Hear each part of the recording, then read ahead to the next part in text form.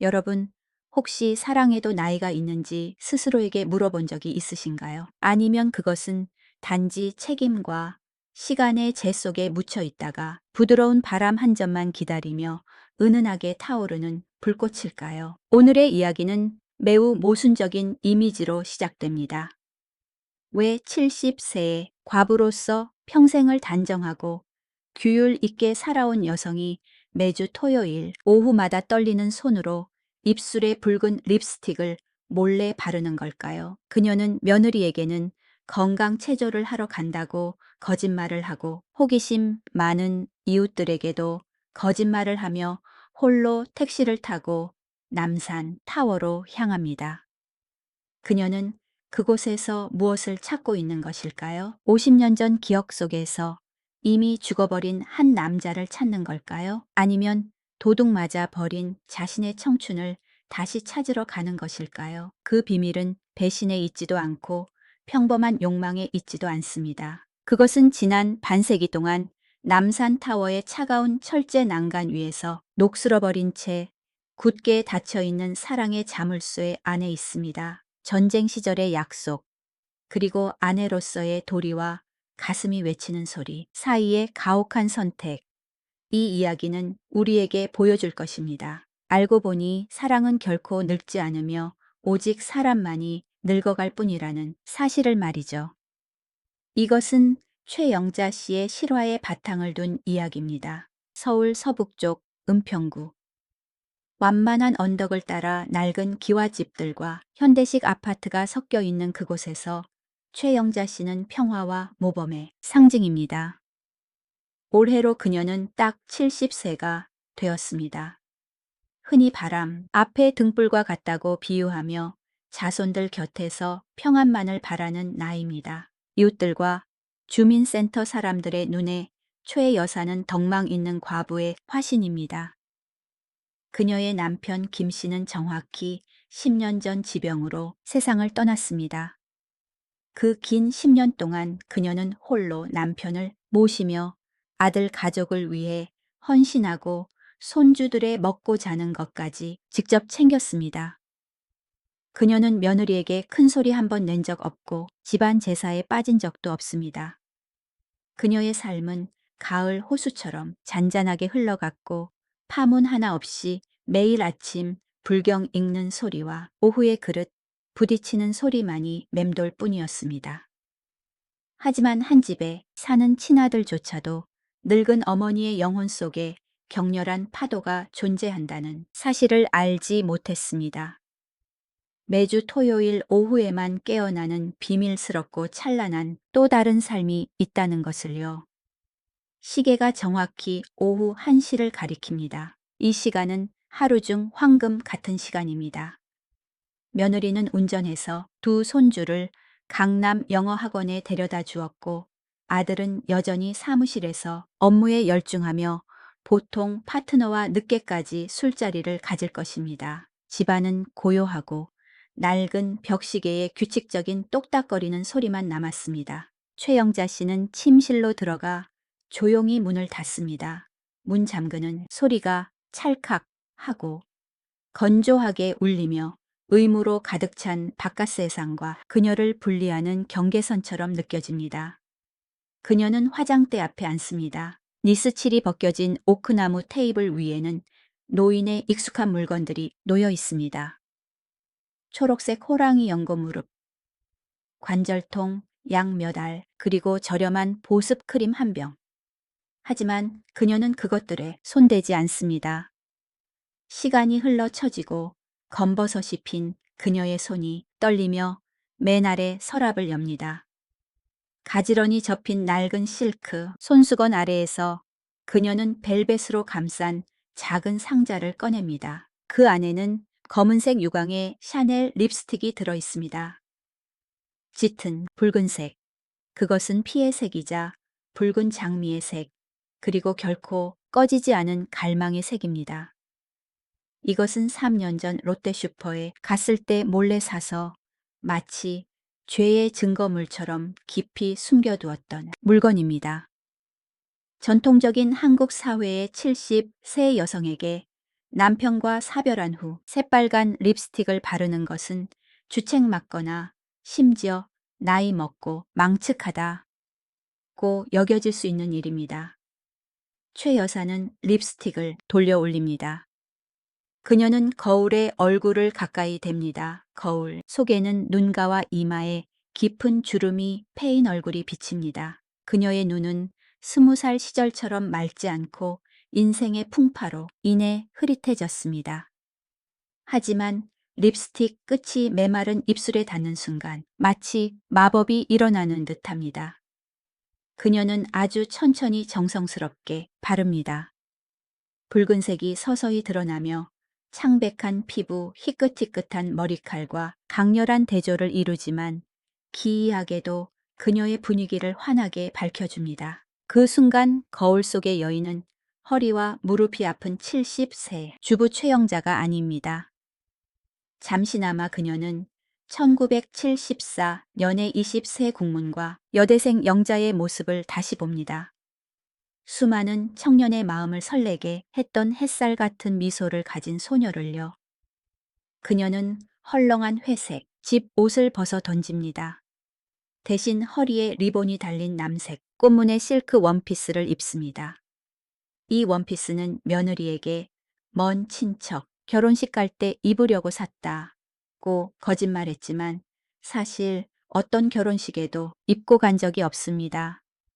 그녀는 일랑일랑 향수를 손목에 살짝 뿌립니다. 그것은 기억의 향기입니다. 그녀는 거울 속 자신을 마지막으로 바라보며 늙은 가슴 속에서 쿵쾅거리는 심장 박동을 진정시키기 위해 깊은 숨을 들이쉽니다. 그녀는 바람을 피우러 가는 것이 아닙니다. 인륜을 저버리는 일을 하려는 것도 아닙니다. 그녀는 단지 약속을 지키러 가는 것일 뿐입니다. 1974년의 기억 겨울과 동색 자물쇠. 오늘 최영자 씨의 기이한 행동을 이해하려면 우리는 1974년 겨울로 시간을 거슬러 올라가야 합니다. 70년대의 한국은 가난과 희망, 정치적 격변과 도약에 대한 갈망이 뒤섞인 그림과도 같았습니다. 당시 영자는 서울의 한 대학교 국문과 2학년 학생이었습니다. 그리고 박민석은 노동자 동네의 가난한 목수, 집안 아들이었지만 별처럼 빛나는 눈과 예술가의 영혼을 가진 사람이었습니다. 그는 곧 입대를 앞두고 있었습니다. 그 시절의 사랑은 순수했지만 폭풍우와 같았고 스마트폰도 인스턴트 메시지도 없었습니다. 그들은 얇은 타자, 용지에 급히 쓴 손편지로 노랗게 물든 은행나무 아래서 몰래 잡은 손으로 그리고 통금 시간 전 서둘러 나누는 눈빛으로 사랑했습니다. 민석이 입영 통지서를 받은 날 서울의 하늘은 회색빛이었고 바람은 살을 앨듯 찼습니다. 그들은 이별의 날이 다가왔음을 알았습니다. 당시 전쟁과 군대는 생과 사가 한 뼘 차이밖에 나지 않는 두려운 개념이었고 연락은 거의 완전히 단절되던 곳이었습니다. 그들은 함께 버스를 타고 남산타워로 갔습니다. 그 시절 남산은 지금처럼 현대적이고 화려하지 않았습니다. 수백만 개의 사랑의 자물쇠가 빽빽하게 모든 길을 덮고 있지도 않았습니다. 그곳에는 황량한 산바람과 낮은 지붕들이 깔린 서울 정령을 내려다보는 차가운 철제 난간만이 있었습니다. 민석은 군복 재킷, 주머니에서 골목길 잡화점에서 산 싸구려 작은 동색 자물쇠를 꺼냈습니다. 그는 날카로운 칼끝으로 자물쇠 몸통에 서툴게 두 사람의 이름을 새겼습니다. 민석 앤드 영자 1974. 두 사람은 붉게 타오르는 석양이 도시에 내려앉는 것을 바라보며 철제 난간 옆에 섰습니다. 민석은 꽁꽁 언 영자의 작은 손을 꽉 잡고 자신의 크고 따뜻한 손 안에 파묻었습니다. 그의 눈은 그녀의 눈을 똑바로 바라보며 확고하고 간절했습니다. 영자야 군대는 언제 돌아올지 모르고 인생에는 많은 변수가 있어. 하지만 날 믿어줘. 내가 살아있다면 반드시 널 찾을게. 하지만 만약 우리가 이 세상 속에서 서로를 잃어버리게 된다면 민석은 잠시 머뭇거렸다가 마치 신성한 맹세처럼 목소리를 낮추어 말했습니다. 기억해 영자야. 11월 첫 번째 토요일 오후 3시 바로 이곳 이 자물쇠가 있는 자리에서 만약 올해 내가 돌아오지 못하면 내년에 못 만나면 그 다음 해에 우리가 다시 만날 때까지 철컥하고 자물쇠가 잠기는 소리가 울리며 차가운 쇠창살에 단단히 고정되었습니다. 민석은 작은 열쇠를 타워 아래 깊은 절벽으로 던졌습니다. 무성한 나무들이 모든 것을 가려버리는 그곳으로요. 그 행동은 어떤 것도 이 자물쇠를 열 수 없으며 어떤 것도 그들의 사랑을 갈라놓을 수 없다는 확언과도 같았습니다. 그들은 그해 겨울살을 애는 추위 속에서 남산 타워 아래 서로를 끌어안고 울었습니다. 서두른 키스에는 눈물의 짠맛과 미완성된 첫사랑의 단맛이 배어 있었습니다. 운명의 선택과 40년의 침묵. 하지만 운명은 언제나 가장 잔인한 작가입니다. 민석은 소식이 끊겼습니다. 처음 몇 년간 영자는 짧은 편지 몇 통을 받았습니다. 하지만 국경의 교전이 치열해지며 소식은 감감무소식이 되었습니다. 부대 동료가 돌아와 그가 토벌 작전 중 실종되었다고 전했습니다. 다른 소문으로는 그가 중상을 입고 기억을 잃어 미국으로 치료받으러 갔다가 그곳에 정착했다고도 했습니다. 영자는 기다렸습니다. 3년, 5년, 11월의 첫 번째 토요일들이 절망 속에 지나갔습니다. 그녀는 남산에 가서 예전 그 자리에 서서 해가 중천에 떴을 때부터 밤이슬이 어깨를 적실 때까지 기다렸지만 옛사람의 모습은 그림자조차 보이지 않았습니다. 가족과 사회의 압박, 그리고 민석이 정말로 죽었을지도 모른다는 절망감에 영자는 첫사랑을 가슴 가장 깊은 곳에 묻어야만 했습니다. 27세의 그녀는 부모님이 정해준 성실한 공무원 김 씨와 결혼했습니다. 김 씨와 함께한 40년 동안 최 여사는 현모양처의 도리를 다했습니다. 그녀는 김 씨에게 잘못한 일이 없었습니다. 아픈 날 그를 간호하고 착한 아이들을 낳아주고 가정을 따뜻하게 꾸렸습니다. 그녀는 감사와 존중의 정으로 김 씨를 사랑했습니다. 그것은 평온하고 안전한 사랑이었지만 숨이 막힐 듯한 첫사랑의 강렬한 떨림은 없었습니다. 박민석을 위해 남겨둔 마음 한 구석은 결코 꺼지지 않았고 단지 잠들어 있었을 뿐입니다. 그녀는 그의 이름을 절대 입 밖으로 내지 않았고 남산 타워의 자물쇠에 대해 누구에게도 말하지 않았습니다. 그녀는 자신이 잊었다고 생각할 정도로 그것을 깊이 숨겼습니다. 김 씨가 세상을 떠날 때까지는요, 40년을 함께한 반려자가 떠나자 상실의 아픔은 장례 기간이 지나며 서서히 잦아들었습니다. 노년의 외로움이 덮쳐왔습니다. 잠 못 이루는 밤, 창밖에 차가운 달빛을 볼 때면 옛 약속에 대한 기억이 쓰나미처럼 강렬하게 되살아났습니다. 내가 살아있다면 약속할게. 널 찾겠다고. 그 말이 매일 밤 그녀의 귓가에 맴돌았습니다. 그녀는 스스로 물었습니다. 민석은 살아있을까 죽었을까? 그는 남산에 돌아온 적이 있을까? 약속을 지켰을까? 아니면 어딘가에서 행복한 가정을 꾸리고 그 시절 국문과 여대생을 완전히 잊었을까? 반세기 동안 억눌려온 호기심과 그리움이 폭발했습니다. 그것은 죽은 남편에 대한 배신이 아니었습니다. 그것은 인생의 끝자락에 다다른 영혼이 해답을 얻고 치유받고자 하는 욕구였습니다. 그녀는 자기 인생 이야기의 결말을 알고 싶었습니다.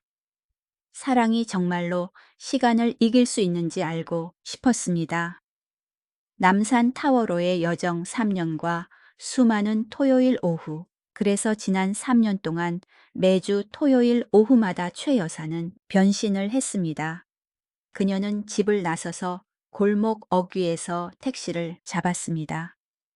택시기사는 백미러를 통해 단정하게 차려입고 입술에 붉은 루즈를 바른 할머니가 차창 밖으로 휙휙 지나가는 서울의 고층 빌딩들을 먼 눈으로 바라보는 것을 보았습니다. 사모님, 어딜 그렇게 예쁘게 하고 가세요? 애인 만나러 가시나?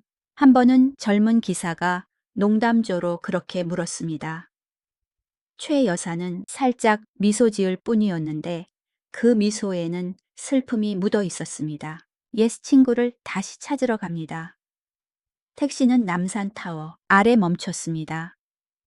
최 여사는 비탈길을 좀 걸어 올라간 뒤 케이블카나 전기버스를 타고 타워 꼭대기로 가야 했습니다. 관절염으로 아픈 다리 때문에 걸음걸이가 힘겨웠습니다. 그녀는 숨을 헐떡였고 이마에 맺힌 땀방울이 얇은 화장을 지워냈습니다. 하지만 그녀는 멈추지 않았습니다. 정상에 오르자 사방에서 바람이 불어왔습니다. 지금의 남산은 옛날과 너무나 달랐습니다. 관광객들로 붐비고 웃음소리, 카메라, 셔터 소리, 젊은 연인들이 속삭이는 뻔한 사랑의 말들이 가득했습니다. 옛날의 철제, 난간은 이제 수백만, 수천만 개의 형형색색 자물쇠들로 빽빽하게 뒤덮여 있었습니다. 최 여사는 인파를 헤치고 나아갔습니다. 그녀는 해가 지는 서쪽 난간 구석을 찾아갔습니다. 그녀는 눈을 가늘게 뜨고 주름진 손으로 새 것 같고 화려한 자물쇠들의 혼돈 속을 더듬었습니다. 그리고 저기 있었습니다. 겹겹이 쌓인 현대식 자물쇠들 아래 깊숙이 눌리고 가려진 채 녹과 세월에 검게 변한 아주 작은 동색 자물쇠가 있었습니다. 칼끝으로 새겼던 그 이름 민석 앤드 영자는 거의 지워져서 희미한 긁힘 자국으로만 남아 오직 그녀만이 알아볼 수 있었습니다. 그것은 여전히 그곳에 있었습니다. 차갑게, 고독하게, 꿋꿋하게. 최 여사는 그곳에 서서 떨리는 손으로 차가운 자물쇠를 만졌습니다. 녹슨 소의 거친 감촉이 손끝을 타고 심장으로 곧장 전해져 찌르는 듯한 통증을 일으켰습니다. 그녀는 주위를 둘러보았습니다. 낯선 사람들의 물결을 바라보았습니다. 자신과 비슷한 나이의 남성들이 지나가는 것을 보았습니다. 등이 약간 굽은 뒷모습이나 흰 머리를 볼 때마다 그녀의 심장은 덜컥 내려앉았습니다. 당신인가요? 하지만 그 사람이 뒤를 돌아보면 낯선 얼굴이었습니다. 지난 3년 동안 수백 번의 토요일 오후를 그녀는 그곳에 서 있었습니다. 기적을 기다리며, 영영 오지 않을지도 모르는 남자를 기다리며, 그녀는 자신이 미친 짓을 하고 있다는 것을 알았습니다. 민석이 오래전에 죽었거나 미국에서 자손들과 즐겁게 살고 있을지도 모른다는 것을 알았습니다. 하지만 그녀는 멈출 수 없었습니다. 왜냐하면 이곳에 서서 이 녹슨 자물쇠를 만질 때마다 그녀는 자신이 살아있음을 느꼈기 때문입니다. 자신의 사랑이 결코 죽지 않았음을 느꼈습니다. 그리고 마음 깊은 곳에서 그녀는 여전히 희미한 희망을 품고 있었습니다. 세상 어딘가에서 민석 또한 옛 약속을 기억하고 있을지도 모른다는 희망을요. 오늘 오후 서울에는 다시 바람이 불었습니다.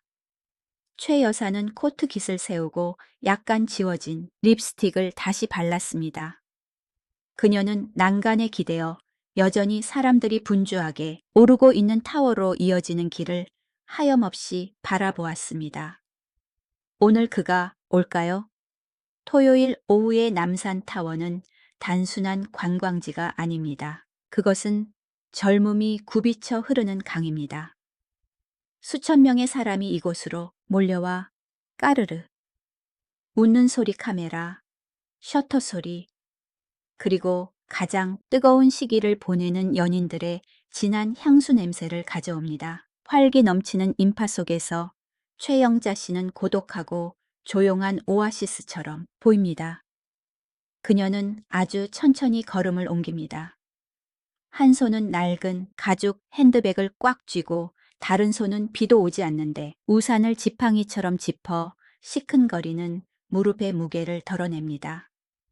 만성 관절염. 노년에 원치 않는 선물은 비탈길을 한 걸음 내디딜 때마다 그녀를 괴롭히며 잔인하게 상기시킵니다. 당신은 더 이상 이곳에 속하지 않아. 이곳은 청춘의 성지이지 죽은 추억을 위한 장소가 아니야. 최 여사는 숨을 고르기 위해 잠시 멈춰 섰습니다. 그녀 주변에는 탱탱한 피부를 가진 유행하는 스타일로 화장한 젊은 여성들이 남자친구에게 아이스크림을 사달라거나 사진을 찍어달라고 애교를 부리고 있습니다. 그들을 보며 그녀는 50년 전 자신을 봅니다. 그때도 그렇게 찬란하고 순수했었죠. 하지만 그 비교는 그녀의 마음속에 엄청난 서러움을 불러일으킬 뿐입니다. 내가 지금 도대체 뭘 하고 있는 거지? 내면의 목소리가 쓰라린 자조와 함께 울려 퍼집니다. 70세 먹은 과부 할머니가 몰래 붉은 립스틱을 바르고 자식들 몰래 유령을 찾으러 다닌다고 내 아들이 알면 노망이 났다고 생각하거나 더 심하면 부끄러움을 모르는 여자라고 생각할 거야. 나이에 대한 자격지심이 그녀를 돌아서서 도망치고 싶게 만들었습니다. 당장 택시를 타고 집으로 돌아가 이 화장을 지우고 안전한 방으로 숨고 싶었습니다.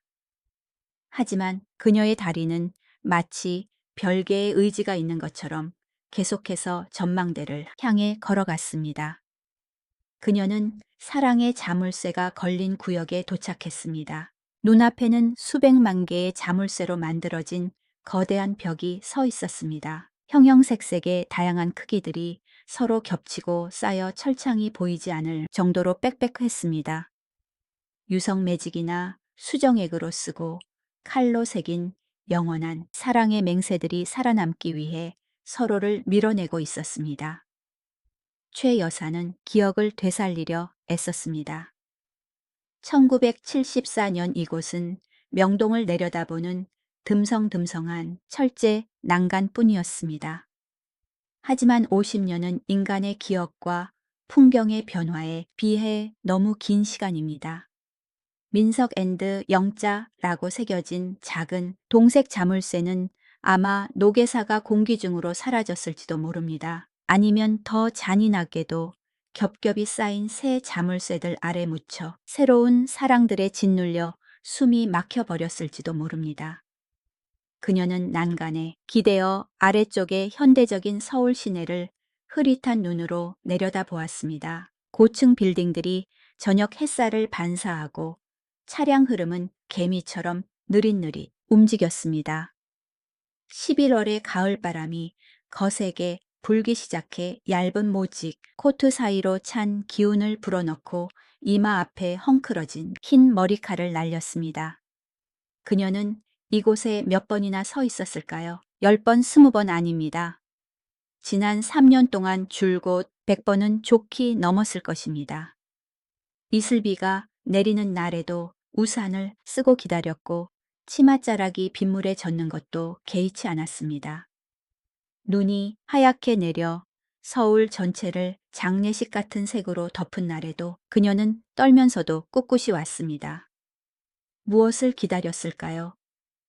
그녀도 잘 모릅니다. 아마도 자신에 대한 용서를 기다렸는지도 모릅니다. 그녀는 세상을 떠난 남편 김 씨를 떠올렸습니다. 그는 착하고 책임감 있는 사람이었지만 바위처럼 무뚝뚝했습니다. 그는 사랑한다는 말을 할 줄 몰랐고 그녀의 문학적인 영혼 속 섬세한 떨림을 이해한 적이 없었습니다. 그와 함께하며 평온함은 있었지만 그것은 고인 물처럼 지루한 평온함이었습니다. 하지만 민석과의 기억은 불꽃이었고 시였으며 사람을 평생 애태우게 하는 미완의 꿈이었습니다. 그녀는 손을 들어 시계를 보았습니다. 낡은 가죽 끈 시계는 정확히 오후 2시 55분을 가리키고 있었습니다. 그녀는 다시 한번 주위를 둘러보았습니다. 여전히 낯선 얼굴들 뿐이었습니다. 아는 사람을 찾는 듯한 노인은 없었습니다. 그저 자신들의 사랑을 철제 난간에 단단히 잠그느라 열중한 젊은 커플들 뿐이었습니다. 그 사람은 분명 죽었을 거야.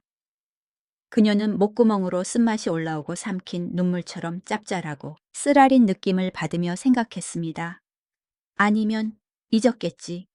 그래, 전쟁터로 나가기 전 20살 청년의 치기 어린 약속을 누가 기억하겠어. 반세기 동안 스스로 환상에 빠져 산 건 나 같은 멍청한 늙은 여자뿐이지. 그녀는 한숨을 내쉬며 마지막 희망을 모두 털어냈습니다. 그녀는 뒤돌아 케이블카 승강장 쪽으로 걸음을 옮기려 했습니다. 정신이 무너지자 무릎 통증이 더 심해지는 것 같았습니다. 하지만 바로 그때 운명이 바람을 통해 개입했습니다. 계곡 쪽에서 갑작스럽게 강한 바람이 불어와 그녀의 목에 두른 실크 스카프를 낚아챘습니다. 그녀가 유일하게 자신에게 선물한 생일 선물인 보라색 난초가 수놓인 크림색 스카프가 붕 떠올라 은행나무 그늘 뒤편 벤치 옆으로 떨어졌습니다. 그녀는 허둥지둥 뒤쫓아 갔습니다.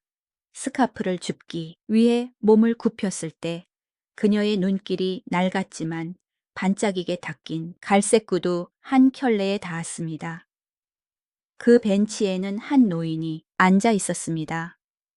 그는 80년대 스타일의 베이지색 트렌치 코트를 입고 있었는데 어깨는 해졌지만 반듯했습니다. 머리에는 회색 베레모를 쓰고 있었습니다. 그는 시간의 시끄러운 흐름 속에서 조각상처럼 미동도 없이 앉아 있었습니다.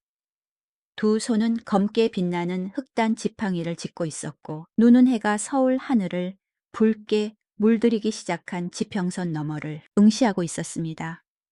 그는 마치 다른 차원에 앉아 있는 것처럼 주변 세상과 완전히 단절되어 있었습니다. 최 여사는 스카프를 주워 들고 방해해서 죄송하다는 말을 하려 했습니다. 하지만 고개를 들었을 때 그녀는 노인의 옆 얼굴을 보았습니다. 얼굴 피부는 주름지고 눈과 주름과 검버섯이 가득했습니다. 베레모, 아래의 머리카락은 하얗게 새어 짧고 단정하게 깎여 있었습니다. 언뜻 보기에 그는 1974년에 별처럼 빛나는 눈을 가진 잘생기고 학구적이던 청년 박민석과는 닮은 구석이 없었습니다. 세월이 모든 것을 파괴해 버렸으니까요. 하지만 그가 앉아 있는 방식, 약간 굽었지만 꼿꼿하게 펴려고 노력하는 어깨, 그리고 특히 그의 검지손가락, 앙상하고 푸른 핏줄이 도드라진 검지손가락이 무의식적인 리듬으로 지팡이 머리를 가볍게 두드리고 있었습니다. 탁, 탁, 탁, 탁, 탁. 초의 여사의 심장이 덜컥 내려앉았습니다. 그녀의 몸속 피가 얼어붙었다가 다시 격렬하게 끌어올랐습니다. 그것은 민석의 버릇이었습니다. 옛날에 좋은 시를 구상하거나 시험을 앞두고 긴장할 때면 그는 항상 책상이나 책 표지를 바로 그 리듬으로 두드리곤 했습니다. 그가 좋아하던 민요 아리랑의 장단이었습니다. 그녀는 요동치는 심장을 가리기 위해 방패처럼 스카프를 가슴에 꼭 끌어안고 멈춰 섰습니다. 숨이 턱 막혔습니다. 그녀는 감히 말을 걸 수 없었습니다. 착각일까봐 두려웠습니다. 이름을 불렀는데 그 남자가 낯선 얼굴로 돌아본다면 이 마지막 희망이 자신을 죽여버릴까봐 두려웠습니다. 바로 그 순간 남산타워 전망대의 시계 종소리가 웅장하게 울려 퍼졌습니다. 댕, 댕, 댕. 오후 3시. 벤치에 앉아있던 노인이 천천히 손가락 두드리기를 멈췄습니다. 그는 마치 등 뒤에서 자신을 태울 듯한 시선을 느낀 것처럼 서서히 고개를 돌렸습니다. 두꺼운 돋보기 양형 너머의 그의 눈빛이 그녀의 눈빛과 마주쳤습니다. 그것은 세월과 나이 탓에 흐릿해진 눈이었습니다. 하지만 그 눈빛은 깊고 슬프며 거대한 기억의 바다를 담고 있었습니다. 그것은 늙은 껍질을 뚫고 20년 전 그 소녀의 영혼을 찾아내는 시간을 관통하는 눈빛이었습니다. 그 순간 남산 타워의 모든 소음이 사라진 듯 했습니다. 오직 바람 소리와 반세기 동안 잃어버렸던 박자를 다시 찾는 두 늙은 심장의 소리만 남았습니다. 기쁨에 찬 비명은 없었습니다. 싸구려 로맨스 드라마처럼 서로 달려가 끌어안고 빙글빙글 도는 장면도 없었습니다. 현실, 특히 고희를 넘긴 나이에는 모든 감정이 내면으로 꽉 눌러 담겨 훨씬 더 묵직하고 고통스럽습니다. 두 노인 할아버지와 할머니가 낯선 사람들 속에서 서로 마주보고 서 있습니다. 정적이 그들을 감싸며 바깥의 시끄러운 세상과 보이지 않는 벽을 만들었습니다. 노인은 눈을 가늘게 뜨고 안경테를 고쳤었습니다. 그는 그녀를 자세히 바라보았습니다. 그녀의 주름진 입술에 발린 짙은 붉은색 립스틱을 보았습니다. 그녀가 입은 단정한 꽃무늬 실크 원피스를 보았습니다. 그의 시선은 50년의 공백을 메우려는 듯 오랫동안 그녀의 얼굴에 머물렀습니다. 그러고 나서 그는 천천히 힘겹게 지팡이를 짚고 일어섰습니다. 그의 다리가 심하게 떨렸습니다. 노화 때문일 수도 있겠지만 억누르고 있는 벅찬 감정 때문이라는 것을 그녀는 알았습니다. 그는 베레모를 벗어 희끗희끗한 대머리를 드러냈습니다. 그는 정중하게 고개 숙여 인사했습니다. 요즘 젊은이들은 거의 하지 않는 교육 잘 받은 9세대 남성들의 정중한 인사였습니다. 혹시 영자 씨입니까? 그의 목소리는 쉰 소리가 났고 마른 낙엽이 부서지는 소리처럼 갈라졌습니다. 그 단 한마디 질문의 최 여사는 하늘이 무너지는 것 같았습니다.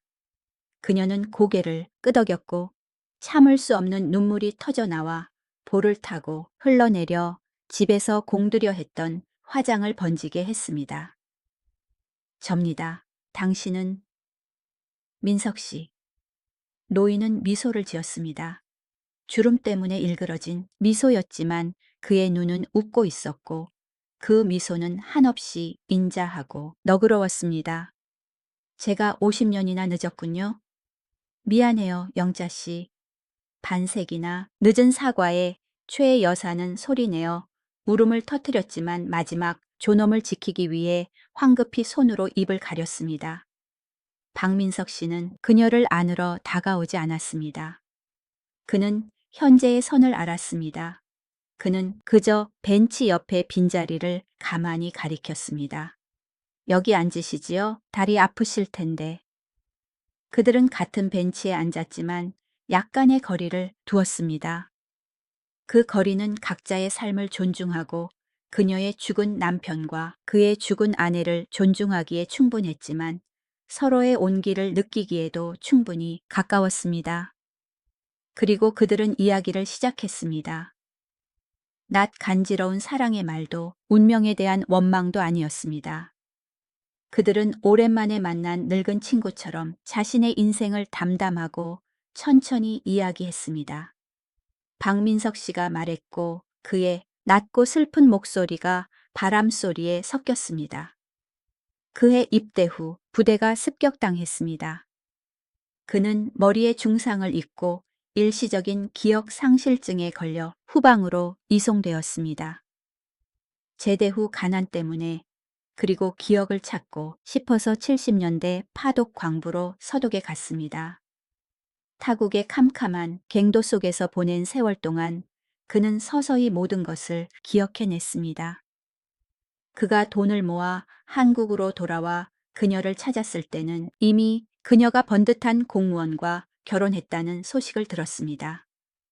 그는 비 오는 밤 그녀의 집 앞에 서서 불 켜진 창문 너머로 그녀가 아이를 재우는 모습을 보았습니다. 그녀는 평온해 보였습니다. 그래서 그는 떠나는 것을 택했습니다. 당신의 행복을 깨고 싶지 않았어요. 민석 씨는 먼 곳을 바라보며 말했습니다. 나도 가정을 꾸렸습니다. 아내는 독일에서 일하던 한국 간호사였어요. 좋은 사람이었죠. 5년 전암으로 세상을 떠났습니다. 최 여사는 눈물을 흘리며 듣고 있었습니다. 알고 보니 그는 배신한 것이 아니었습니다. 알고 보니 그의 침묵은 그녀를 위한 가장 큰 희생이었습니다. 아내와 사별한 회야 옛 약속을 다시 꺼내볼 용기가 났어요. 그가 목이 메어 말을 이었습니다. 근처로 이사 왔습니다. 지난 1년 동안 매주 토요일 오후마다 이 벤치에 와서 앉아 있었어요. 지나가는 여성들을 바라보았습니다. 당신을 다시 만나길 바라면서도 또 두려웠습니다. 당신이 잊었을까봐 혹은 불행하게 살고 있을까봐 두려웠습니다. 그는 다정한 눈빛으로 그녀를 돌아보았습니다. 하지만 오늘 여전히 붉은 립스틱을 바르고 이렇게 예쁜 옷을 입은 당신을 보니 마음이 놓이는군요. 당신은 여전히 아름다움을 사랑하는 옛날의 영자 씨 그대로네요. 최 여사는 눈물을 닦으며 지난 10년 중 가장 편안한 미소를 지었습니다. 저는 잘 살았어요. 김 씨 영감도 저를 많이 아껴주었고요. 아이들도 다 착하고 성공했습니다. 단지 제 마음속에는 항상 당신에게 작별 인사를 빚진 기분이었어요. 당신이 살았는지 죽었는지 늘 궁금했거든요. 그는 고개를 절레절레 저었습니다. 우린 서로에게 빚진 게 없어요. 영자 씨, 그 시대에는 폭격과 가난 속에서 살아남은 것만으로도 기적이었으니까요. 우린 각자 가족과 자식들에 대한 도리를 다하며 치열하게 살았잖아요. 오늘의 만남은 옛사랑을 잊기 위함도 아니고 마음의 외도를 하려는 것도 아닙니다. 그저 아픔에게 작별 인사를 하기 위해서죠. 두 노인은 해가 300 너머로 완전히 질 때까지 그곳에 앉아 있었습니다. 서울 도심에 불이 켜지며 반짝거리고 신비롭게 변해 갔습니다. 그들은 손을 잡지도 않았고 선을 넘는 친밀한 행동도 하지 않았습니다. 민석 씨는 트렌치코트 주머니에서 산 밑에서 산 따뜻한 군밤 봉지를 꺼냈습니다. 이거 좀 드세요, 속 따뜻하게. 최 여사는 군밤 봉지를 받았습니다. 그녀는 떨리는 손으로 그를 위해 껍질을 깠습니다. 그의 손은 옛날 차가운 갱도에서 일한 후유증으로 떨리고 있었기 때문입니다. 그는 가만히 앉아 그녀가 까준 밤을 조용히 먹으며 가끔 그녀를 위해 바람을 막아주었습니다. 그것은 남녀 간의 통상적인 사랑을 뛰어넘은 감정이었습니다. 그것은 인생의 거의 모든 것을 겪고 산전수전 다 겪은 사람들만의 우정이자 이해였습니다. 그들은 황혼의 진정한 사랑이란 열렬한 소유가 아님을 깨달았습니다. 진정한 사랑은 상대방이 이 세상에서 여전히 평안하다는 것을 아는 데서 오는 평온함입니다. 밤이 깊어지자 이슬이 굵게 내리기 시작했습니다. 이제 가입시다. 민석 씨가 지팡이를 짚고 일어섰습니다. 날이 차네요. 이슬 맞으면 다리 아파요. 영감님도 조심히 가세요. 최 여사도 따라 일어서며 목에 스카프를 고쳐 메었습니다. 그들은 다음 주에 다시 만나자는 약속을 하지 않았습니다. 전화번호를 교환하지도 않았습니다. 서로의 집 주소를 묻지도 않았습니다. 그들은 알았습니다. 이 만남으로 충분하다는 것을요. 반세기 동안 가슴을 짓누르던 무거운 바위를 치워버리기에 충분했습니다. 오늘 밤 집에 돌아가 최 여사가 붉은 립스틱을 지우고 꽃무늬 원피스를 옷장에 넣은 뒤 꿈도 꾸지 않고 자책도 없이 깊은 잠을 자기에 충분했습니다. 그는 택시 승강장까지 그녀를 배웅했습니다. 그녀가 차에 타기 전 민석 씨가 갑자기 그녀를 불렀습니다. 그의 목소리가 고요한 공간에 울려 퍼졌습니다. 영자 씨. 그녀가 뒤를 돌아보았습니다. 그는 노란 가로등 불빛 아래 서서 그 옛날 청년처럼 환한 미소를 지으며 말했습니다. 고마워요. 행복하게 살아줘서. 최 여사는 미소 지으며 그에게 마지막으로 고개를 끄덕이고 차에 탔습니다. 택시가 남산타워를 떠나기 시작했습니다. 그녀는 뒷 유리창으로 고개를 돌려 바라보았습니다. 지팡이를 짚고 서서 손을 흔드는 작은 노인의 모습이 어둠과 눈물 속에서 점점 흐려졌습니다. 하지만 이번에는 만족과 해방의 눈물이었습니다. 여러분, 그날 이후 최영자 씨는 집으로 돌아와 여느 때처럼 인자하고 평범한 할머니이자 어머니로 돌아갔습니다. 그녀는 더 이상 며느리에게 건강 체조를 하러 간다고 거짓말하지 않았고 매주 토요일 오후에 남산타워에 가지도 않았습니다. 샤넬 붉은 립스틱은 여전히 서랍 속에 간직하고 있지만 더 이상 옛사람에게 보여주기 위해 바르는 것은 아닙니다. 그녀는 그것을 보며 스스로 상기하기 위해 간직합니다. 자신에게도 찬란한 청춘이 있었고 뼈에 사무치는 사랑이 있었으며 무엇보다 평생 그 사람에게 소중히 여겨졌다는 사실을요. 최 여사와 박 선생의 이야기는 우리에게 황혼의 설렘에 대한 깊고 인간적인 또 다른 시각을 보여줍니다. 그것은 세상을 떠난 배우자에 대한 배신이 아닙니다. 그것은 결코 아물지 않았던 마음의 상처를 치유하는 것입니다. 때로는 과거를 붙잡기 위해서가 아니라 미소 지으며 놓아주고 현재의 삶을 더 온전하게 살기 위해 과거와 마주할 용기가 필요합니다. 정절이란 기억을 싹 지워야 한다는 뜻이 아닙니다. 진정한 정절은 가슴 속에 추억이 있어도 여전히 책임감 있고 도덕적으로 살며 그 추억을 가장 소중한 곳에 잠들게 하는 것입니다. 남산타워 아래의 비밀 이야기를 들어주셔서 감사합니다. 이 이야기가 여러분의 마음에 닿았다면 댓글로 감상을 나누어 주시고 황혼의 사랑 채널을 구독하여 따뜻한 인간미 넘치는 다음 사연도 함께 해주세요.